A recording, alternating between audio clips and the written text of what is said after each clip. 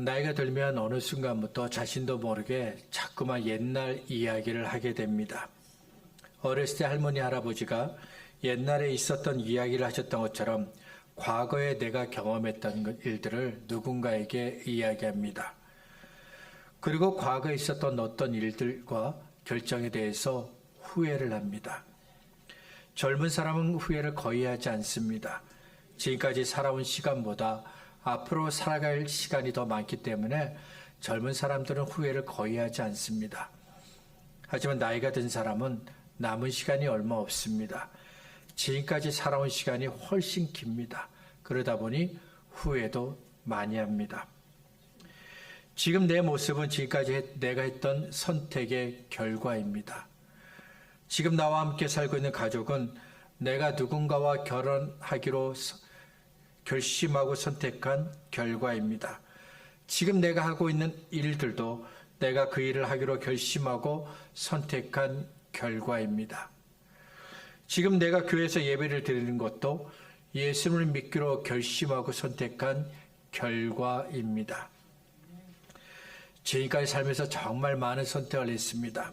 그 중에는 지금도 후회하지 않는 정말 좋은 선택들이 있습니다. 하지만 어떤 선택은 계속해서 마음에 남아서 후회가 됩니다. 예를 들면 이런 겁니다. A와 B 둘 중에서 하나를 선택해야 합니다. A와 B 둘 외에도 다른 선택이 있으면 좋겠지만 안타깝게도 둘 중에서 하나만 선택해야 합니다. 신중하게 A와 B를 비교해 봅니다. A를 선택하면 얻게 될 것들을 생각해 봅니다. B를 선택하면 내가 얻게 될 것들을 생각해 봅니다. A와 B 둘 중에서 어떤 것이 더 나에게 유익이 되는지를 생각해 봅니다. A와 B 둘 중에서 어떤 것이 더 나에게 도움이 되는지를 생각해 봅니다. 오랜 고민 끝에 A를 선택했습니다. B도 좋지만 A를 선택하면 얻을 수 있는 것이 더 많습니다. 시간이 흘렀습니다. 선택한 결과가 나왔습니다. A를 선택해서 많은 것을 얻었습니다. 내가 생각한 대로 되었습니다. 정말 좋은 선택을 한 것이죠. 그런데 A를 선택해서 오히려 손해를 보았습니다. 내가 생각했던 계획들이 실패했습니다. 내가 예상했던 것들을 얻지 못했습니다. 그러면 그때 A가 아니라 B를 선택했어야 되는데 하는 후회를 합니다. 만일 누군가가 저와 여러분에게 와서 과거에 했던 자신의 어떤 잘못된 선택을 이야기하면서 그때의 결정을 내가 후회한다라고 말했습니다. 그러면 그에게 어떻게 대답하시겠습니까? 대답하기가 쉽지가 않습니다. 나 자신도 잘못된 선택을 해서 후회하는 것들이 많이 있습니다. 때문에 과거에 했던 잘못된 선택 때문에 후회를 하고 있는 그 사람에게 내가 해줄 수 있는 말은 없습니다. 나도 후회하고 있고 당신도 후회하고 있으니 누가 누구에게 좋은 말을 해줄 수가 있겠습니까? 하지만 선택에 대해서는 해줄 말이 있습니다. 우리가 아무리 후회를 해도 다시 과거로 돌아갈 수는 없습니다. 다시 과거로 돌아가서 A를 버리고 B를 선택할 수는 없습니다. 내 의지로 A를 선택한 겁니다. 내 의지로 B를 버린 겁니다. 그러니 선택의 결과도 내가 책임져야 하는 겁니다. 우리가 함께 읽은 누가복음 22장 14절부터 23절은 예수님과 제자들이 유월절을 맞이하여 함께 식사를 하고 있을 때 있었던 일입니다. 예수님과 제자들이 함께 유월절 식사를 하고 있습니다. 식사를 하던 도중 갑자기 예수님께서 제자들에게 예수님께서 받으실 고난을 말씀하셨습니다. 14절부터 16절입니다. 때가 이르매 예수께서 사도들과 함께 앉으사 이르시되 내가 고난을 받기 전에 너희와 함께 이 유월절 먹기를 원하고 원하였노라. 내가 너희에게 이르노니 이 유월절이 하나님의 나라에서 이루기까지 다시 먹지 아니하리라 하시고, 잠시 후면, 정확하게 말하면 이 유월절 식사가 끝나면 예수님께서 고난을 받는다고 제자들에게 말씀하셨습니다. 그리고 제자들과 함께하는 유월절 식사를 예수님께서 정말 원하셨다고 말씀하셨습니다. 예수님은 제자들과 함께하는 유월절 식사를 같이 하기를 정말 원하셨습니다. 왜냐하면 지금 제자들과 함께하고 있는 유월절 식사가 이 땅에서 나누는 마지막 유월절 식사이기 때문입니다. 다음 유월절 식사는 하나님의 나라에서 하게 될 것입니다. 십자가를 통해서 죄에서 구원받은 성도들이 하나님의 나라에서 예수님과 함께 나를 구원하신 것에 감사하는 영적 유월절 식사를 함께 할 것입니다. 예수님께서 제자들과 함께 식사를 하고 계십니다. 갑자기 예수님께서 일어나셔서 제자들에게 포도주를 나누셨습니다. 떡을 나누셨습니다. 17절부터 20절입니다. 이에 잔을 바르사 감사기도 하시고 이르시되 이것을 갖다가 너희끼리 나누라. 내가 너에게 이르노니 내가 이제부터 하나님의 나라가 임할 때까지 포도나무에서 난 것을 다시 마시지 아니하리라 하시고 또 떡을 가져 감사기도 하시고 떼어 그들에게 주시며 이르시되 이것은 너희를 위하여 주는 내 몸이라. 너희가 이를 행하여 나를 기념하라 하시고 저녁 먹은 후에 잔도 그와 같이 하여 이르시되 이 잔은 내 피로 세우는 새 언약이니 곧 너희를 위하여 붓는 것이라. 예수께서 제자들에게 떡과 포도주를 나누셨습니다. 그리고 예수님은 포도주와 떡에 관해 말씀하셨습니다. 떡과 포도주를 나눠주시면서 예수님은 이것이 내 몸, 내 피라고 말씀하셨습니다. 그리고 너희를 위한 것이라고 말씀하셨습니다. 일반적으로 유대인들의 유월절 식사는 순서가 있습니다. 그 순서는 이렇게 되어 있습니다. 먼저 포도주를 마십니다. 그리고 채소를 먹습니다. 다음으로 누룩 없는 빵을 먹고 포도주를 마십니다. 양고기와 쓴나물을 포함한 채소를 먹습니다. 그 다음에 출애굽의 의미가 무엇인지를 함께 나눕니다. 그 다음에 시편에 있는 기도를 합니다. 포도주를 마시고 두 번째 시편 기도를 합니다. 이런 순서로 유월절 식사가 진행됩니다. 그런데 예수님께서 제자들과 함께 나누고 있는 유월절 식사는 많이 달랐습니다. 이유가 있습니다. 이스라엘이 오래전에 경험한 출애굽 사건을 예수님의 몸으로 바꾸었기 때문입니다. 조금 있으면 십자가에 달려 죽으실 주님을 가리키는 것이라는 겁니다. 예수께서 제자들에게 내 몸이다 내 피다 말씀하시며 떡과 포도주를 나누어 주셨습니다. 지금까지 제자들이 먹었던 유월절 식사와 달랐습니다. 그러면 제자들이 뭔가 좀 이상하다라고 생각해야 되지 않을까요? 하지만 제자들은 예수님께 아무것도 묻지 않습니다. 유월절에 대해서 조금이라도 알고 있는 사람이라면 뭔가 좀 이상하다라고 생각합니다. 더욱이 제자들은 유월절에 대해서 잘 알고 있습니다. 유월절 식사도 잘 알고 있습니다. 그러면 마땅히 이상하다고 생각해야 합니다. 하지만 제자들은 예수님의 말씀을 전혀 이상하다고 생각하지 않았습니다. 예수님의 행동을 전혀 이상하게 생각하지 않았습니다. 왜 그랬을까요? 지금 제자들의 관심이 다른 곳에 있기 때문입니다. 지금 제자들의 관심은 유대인이라면 반드시 지켜야 할 유월절에 있습니다. 그리고 유월절에 반드시 먹어야 할 식사에 있습니다. 그러니까 제자들은 유월절을 지켰고 유월절 식사를 했다는 것이 중요했습니다. 유월절 식사를 하면서 예수님께서 하신 말씀들과 행동은 전혀 중요하지 않다는 것이죠. 마태복음 16장에서 베드로가 예수님께 주는 그리스도시여 살아계신 하나님의 아들이라고 신앙 고백을 합니다. 이 신앙 고백 이후에 예수님께서 받으실 고난에 대해서 말씀하십니다. 그 이후에도 계속해서 예수님께서 제자들에게 받으실 고난과 죽음에 대해서 말씀하셨습니다. 예루살렘에 들어오신 다음에도 예수님은 계속해서 예수님께서 받으실 고난과 십자가를 말씀하셨습니다. 그렇지만 제자들의 관심은 유월절과 유월절 식사에 있었습니다. 그래서 제자들 중 어느 누구도 조금 있으면 예수님께서 말씀하신 대로 고난받으실 것이라고 생각하지 않았습니다. 예수님께서 십자가에 달려 죽으실 것이라고는 전혀 생각하지 않았습니다. 지금 제자들의 마음속에는 예수님께서 받으실 고난과 십자가가 없습니다. 예수님은 계속해서 제자들에게 예수님께서 받으실 고난과 십자가를 말씀하셨지만 제자들은 예수님의 말씀을 귀담아 듣지 않았습니다. 마음에 담지 않았습니다. 때문에 예수님께서 내 몸을 먹으라, 내 피를 마시라 말씀하셨지만 도대체 무슨 말씀을 하시는지 생각하지 못했고 깨닫지 못했던 겁니다. 아무도 깨닫지 못하는 제자들과 달리 예수님의 관심은 고난과 십자가에 있었습니다. 예수님께서 예루살렘에 들어오셨을 때 많은 사람들이 예수님을 환영했습니다. 호산나 다윗의 자손이여 찬송하리로다. 주의 이름으로 오시는 이여 가장 높은 곳에서 호산나 하며 예루살렘으로 들어오시는 예수님을 환영했습니다. 하지만 예수님은 예수님을 환영하는 그 사람들에게 마음을 주지 않으셨습니다. 예수님을 환영한다고 좋아하시도 않으셨습니다.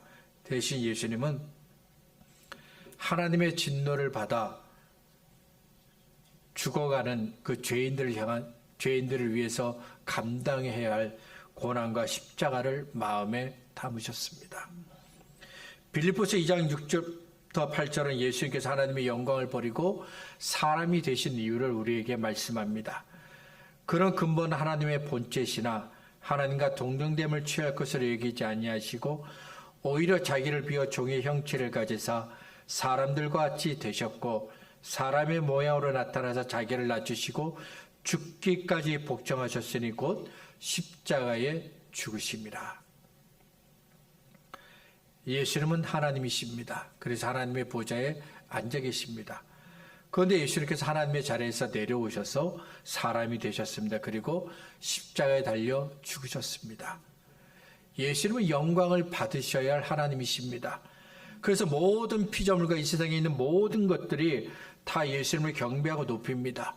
그런 예수님께서 저와 여러분을 구원하기 위한 유일한 길인 십자가에 달려 죽으실 수 있을까요? 어떻게 예수님은 하나님의 영광의 보좌를 버리고 저와 여러분을 대신해서 십자가에 달려 죽으실 수 있으셨을까요? 예수님께서 십자가를 선택하셨기 때문입니다. 죄 가운데 죽어버린 저와 여러분을 구원하기 위한 유일한 길인 이 십자가를 예수님께서 선택하셨기 때문입니다. 그래서 예수님께서 하나님의 영광을 버리시고 낳고 나서 이 땅에 내려오셔서 사람이 되시고 고난을 받으시고 십자가에 달려 죽으셨던 겁니다. 요한복음 17장은 예수님께서 드린 기도입니다.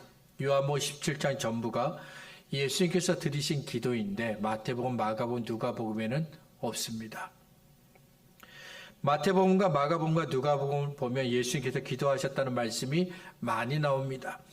세례 요한에게 세례를 받으시러 예수님은 40일 동안 금식하시며 광야에서 기도하셨습니다. 깊은 밤에 예수님은 제자들과 떨어져서 홀로 기도하셨고 때로는 이른 새벽에 일어나셔서 기도하셨습니다. 때로는 밤을 새며 기도하셨습니다. 복음서에는 예수님께서 기도하셨다는 말씀이 많이 나옵니다. 그렇지만 예수님께서 무슨 기도를 하셨는지 어떤 기도의 내용을 가지고 기도하셨는지는 전혀 말씀하지 않습니다. 예수님은 제자들에게 너희는 이렇게 기도하라며 기도를 가르쳐 주셨습니다. 우리가 하늘 아버지께 무엇을 구해야 할지도 가르쳐 주셨습니다. 하지만 예수님께서 어떤 내용을 가지고 기도하셨는지는 전혀 밝히지 않습니다. 그런데 요한복음 17장에서 예수님께서 드리신 기도가 나옵니다. 때문에 우리는 요한복음 17장을 눈여겨보아야 합니다. 예수님께서 어떤 마음으로 어떻게 기도하셨는지를 알 수 있기 때문입니다. 요한복음의 순서대로 보면 예수님의 기도는 유월절 식사 다음입니다. 요한복음 13장에서 예수님께서 제자들과 함께 유월절 식사를 합니다. 그리고 요한복음 17장에서 하늘 아버지께 기도합니다. 이 기도가 끝난 후 요한복음 18장에서 사람들에게 잡히시고 그리고 십자가를 향해 나아가십니다. 예수님의 기도는 유월절 식사와 십자가 사이에 있습니다. 그러면 예수님은 무슨 기도를 드리셨을까요? 무엇을 위해 기도하셨을까요? 예수님은 제자들을 위해 기도하셨습니다. 그리고 저와 여러분을 위해 기도하셨습니다. 요한복음 17장에서 1절부터 10절까지 있는 말씀만 보려고 합니다. 말씀이 길지만 잘 들어보시길 바랍니다. 성경을 가지고 계신 분들은 성경을 펴서 한번 요한복음 17장을 같이 좀 볼 수 있었으면 좋겠습니다.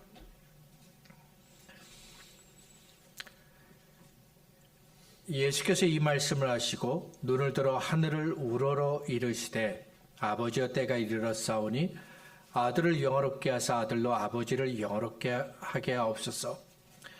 아버지께서 아들에게 주신 모든 사람에게 영생을 주게 하시려고 만민을 다스리는 권세를 아들에게 주셨음이로소이다. 영생은 곧 유일하신 참 하나님과 그가 보내신 자 예수 그리스도를 아는 것이니이다. 아버지께서 내게 하라고 주신 일을 내가 이루어 아버지를 이 세상에서 영화롭게 하였사오니 아버지와 창세 전에 내가 아버지와 함께 가르던 영화로서 지금도 아버지와 함께 나를 영화롭게 하옵소서. 세상 중에서 내게 주신 사람들에게 내가 아버지의 이름을 나타내었나이다. 그들은 아버지의 것이었는데 내게 주셨으며 그들은 아버지의 말씀을 지키었나이다. 지금 그들은 아버지께서 내게 주신 것이 다 아버지로부터 온 것인 줄 알았나이다. 나는 아버지께서 내게 주신 말씀들을 그들에게 주었사오며 그들은 이것을 받고 내가 아버지께로부터 나온 줄을 참으로 아오며 아버지께서 나를 보내신 줄도 믿었사옵나이다. 내가 그들을 위하여 비옵나니 내가 비옵는 것은 세상을 위함이 아니요 내게 주신 자들을 위함이니이다. 그들은 아버지의 것이로소이다. 내 것은 다 아버지의 것이요 아버지의 것은 내 것이온데 내가 그들로 말미암아 영광을 받았나이다. 잠시 후면 예수님은 사람들에게 잡히시게 됩니다. 모욕을 당하고 조롱을 받아야 합니다. 뺨을 맞아야 되고 채찍질을 당해야 합니다. 십자가를 어깨에 지고 골고다까지 올라가셔야 됩니다. 그리고 십자가에 매달려 죽으셔야 합니다. 그런데 예수님은 끝까지 제자들을 위해 기도하셨습니다. 그리고 저와 여러분을 위해 기도하셨습니다. 그렇지만 제자들은 예수님께 관심이 없었습니다. 그래서 유월절 식사가 이상하다고 그들은 생각하지 않았고 예수님의 말씀과 행동이 이상하다고 여기지도 않았습니다. 제자들처럼 사람들도 예수님께 관심이 없습니다. 그 사람들 속에 어쩌면 저와 여러분이 포함되어 있을 수도 있습니다. 우리는 예수님을 믿는 것보다는 내가 하는 일에 더 많은 관심을 가집니다. 우리 예수님보다는 내 꿈과 내 계획에 더 많은 관심을 가집니다. 예수님께 관심이 없었던 제자들처럼 우리도 예수님께 관심이 없습니다. 그렇지만 예수님은 제자들을 위해 기도하셨습니다. 그리고 저와 여러분을 위해 기도하셨습니다. 예수님께서 저와 여러분을 선택하셨기 때문입니다. 예수님께서 제자들과 함께 하신 유월절 식사는 예수님의 관심과 선택이 무엇인지를 보여주는 자리입니다. 그런데 그 자리에 예수님의 관심과 선택과는 상관이 없는 다른 관심과 선택도 있었습니다. 예수님께서 제자들과 함께한 유월절 식사는 죄인들을 위해 자기를 희생하시려는 예수님의 선택이 있는 자리였습니다. 그러나 예수님의 선택만 있는 건 아니었습니다. 예수님께서 죄인들을 위해 십자가에 달려 죽으시는 희생을 선택했던 것처럼 자기를 위한 가룟 유다의 선택도 있었습니다. 유대인들이 식사를 할 때 큰 그릇에 음식을 담아 함께 먹었습니다. 우리처럼 개인 접시가 있는 것이 아니라 그들은 한 그릇에 음식을 담아 함께 나누었습니다. 이렇게 함께 음식을 먹으면서 유대인들은 우리는 한 몸이라는 것을 확인하게 됩니다. 떡을 함께 떼며 음식을 먹으면서 둘러앉은 우리는 한 공동체라고 여기게 되는 겁니다. 그런데 그 자리에서 가룟 유다는 다른 생각을 합니다. 21절부터 23절입니다. 그러나 보라, 나를 파는 자의 손이 나와 함께 상위에 있도다. 인자는 이미 작정된 대로 가거니와 그를 파는 그 사람에게는 화가 있으리로다 하시니 그들이 서로 못돼 우리 중에서 이 일을 행할 자가 누구일까 하더라. 예수님께서 식사를 하던 도중에 갑자기 제자들에게 너희 중에 나를 팔 자가 있다고 말씀하셨습니다. 그러자 제자들이 서로를 보면서 묻습니다. 누가? 우리 중에서 이 일을 행할 자가 누구냐? 확인하며 물어봅니다. 예수님은 누가 예수님을 팔지를 알고 계셨습니다. 누가 돈을 받고 예수님을 배신하는지 알고 계셨습니다. 그리고 가룟 유다도 자신이 돈을 받고 예수님을 배신했다는 것을 알고 있습니다. 가룟 유다는 어쩌다가 돈을 받고 예수님을 배신한 것이 아닙니다. 자기가 돈을 받고 예수님을 배신하는 악역을 선택한 겁니다. 가룟 유다는 예수님에게 관심이 없습니다. 예수님께서 이루실 구원에 관심이 없습니다. 예수님께서 이루실 하나님의 나라에 대해서도 관심이 없습니다. 그래서 예수님을 배신하는 악역을 그가 선택한 겁니다. 가룟 유다가 악역을 선택했던 것처럼 아담도 악역을 선택합니다. 창세기 1장을 보면 세상을 창조하신 하나님께서 사람을 창조하십니다. 하나님의 형상을 따라 지음받은 그 사람을 보고 하나님은 크게 기뻐하셨습니다. 그래서 하나님께서 사람에게 하나님께서 창조하신 세상을 맡기셨습니다. 하나님을 대신해서 세상을 다스리게 하셨습니다. 그런데 아담이 하나님께서 먹지 말라고 하신 선악을 알게 하는 나무의 열매를 선택합니다. 하나님은 선악을 알게 하는 나무의 열매를 먹으면 죽는다고 말씀하셨습니다. 그런데도 아담은 선과 악을 알게 하는 나무의 열매를 선택합니다. 자신도 하나님이 되고 싶었기 때문입니다. 그러면 아담의 선택은 어떻게 되었을까요? 아담이 원한 대로 하나님이 되었나요? 아닙니다. 아담은 하나님께서 선악과 악을 알게 하는 나무의 열매를 먹으면 죽는다고 말씀하신 대로 죽습니다. 본래는 하나님과 영원히 하나님의 동산에서 살아야 했지만 아담은 930세에 죽습니다. 그리고 하나님의 동산에서 쫓겨납니다. 하나님께서 죄를 선택한 아담과의 교제를 완전히 끊어버리신 겁니다. 아담의 선택은 아담 한 사람으로 끝나지 않습니다. 아담의 선택 때문에 모든 사람이 죄인이 되었습니다. 모든 사람이 죄를 범하였음에 하나님의 영광에 이르지 못하더라. 단 한 사람의 예외도 없이 모든 사람들이 죄인이 되었습니다. 그리고 모든 사람들이 아담처럼 하나님이 아닌 죄를 선택하게 됩니다. 로마서 1장 18절부터 23절입니다. 하나님의 진노가 불의로 진리를 막는 사람들의 모든 경건하지 않음과 불의에 대하여 하늘로부터 나타나느니 이는 하나님을 알만한 것이 그들 속에 보입니다. 하나님께서 이를 그들에게 보이셨느니라. 창세로부터 그에 보이지 아니하는 것들 곧 그의 영원하신 능력과 신성이 그가 만드신 만물에 분명히 보여 알려졌나니 그러므로 그들이 핑계하지 못할지니라.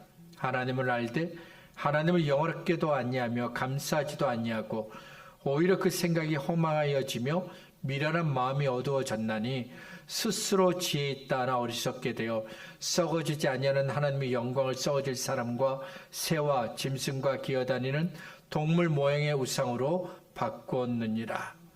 계속해서 에베소서 2장 2절과 3절을 보겠습니다. 그때 너희는 그 가운데서 행하여 이 세상 풍조를 따르고 공중의 권세 잡은 자를 따랐으니 곧 지금 불순종의 아들들 가운데서 역사하는 영이라. 전에는 우리도 다 그 가운데서 우리 육체의 욕심을 따라 지내며 육체와 마음에 원하는 것을 하여 다른 이들과 같이 본질상 진노의 자녀이었더니 아담만 하나님이 아닌 선악을 알게 하는 나무의 열매를 선택한 것이 아닙니다. 아담 안에서 태어난 모든 사람들이 한결같이 하나님이 아닌 죄를 선택했습니다. 가룟 유다의 선택은 그 자신을 영원한 지옥으로 들어가게 했습니다. 아담의 선택은 자신을 포함한 모든 사람들을 죄와 죽음으로 끌고 갔습니다. 하지만 예수님의 선택은 아담의 선택 때문에 죄인이 된 저와 여러분을 구원했습니다. 예수님의 선택 때문에 저와 여러분이 하나님의 자녀가 되었습니다. 말씀을 정리하겠습니다. 내가 어떤 것을 선택했으면 그 결과도 책임져야 합니다. 이 말이 너무 냉정하게 들리나요? 사랑이 없는 말처럼 들리신가요? 내가 어떤 것을 선택했으면 그 결과도 책임져야 한다. 이 말은 세상 모든 사람들이 다 알고 있는 사실입니다. 그렇다면 우리는 어떻게 해야 할까요? 어떻게 해야 후회가 없는 선택을 할 수 있을까요? 하나님의 생각, 하나님의 뜻을 따르면 됩니다. 로마서 8장 6절부터 5절부터 8절에 있는 말씀을 보겠습니다. 육신을 따르는 자는 육신의 일을, 영을 따르는 자는 영의 일을 생각하나니 육신의 생각은 사망이요 영의 생각은 생명과 평안이니라. 육신의 생각은 하나님과 원수가 되나니 이는 하나님의 법에 굴복하지 아니할 뿐 아니라 할 수도 없음이라.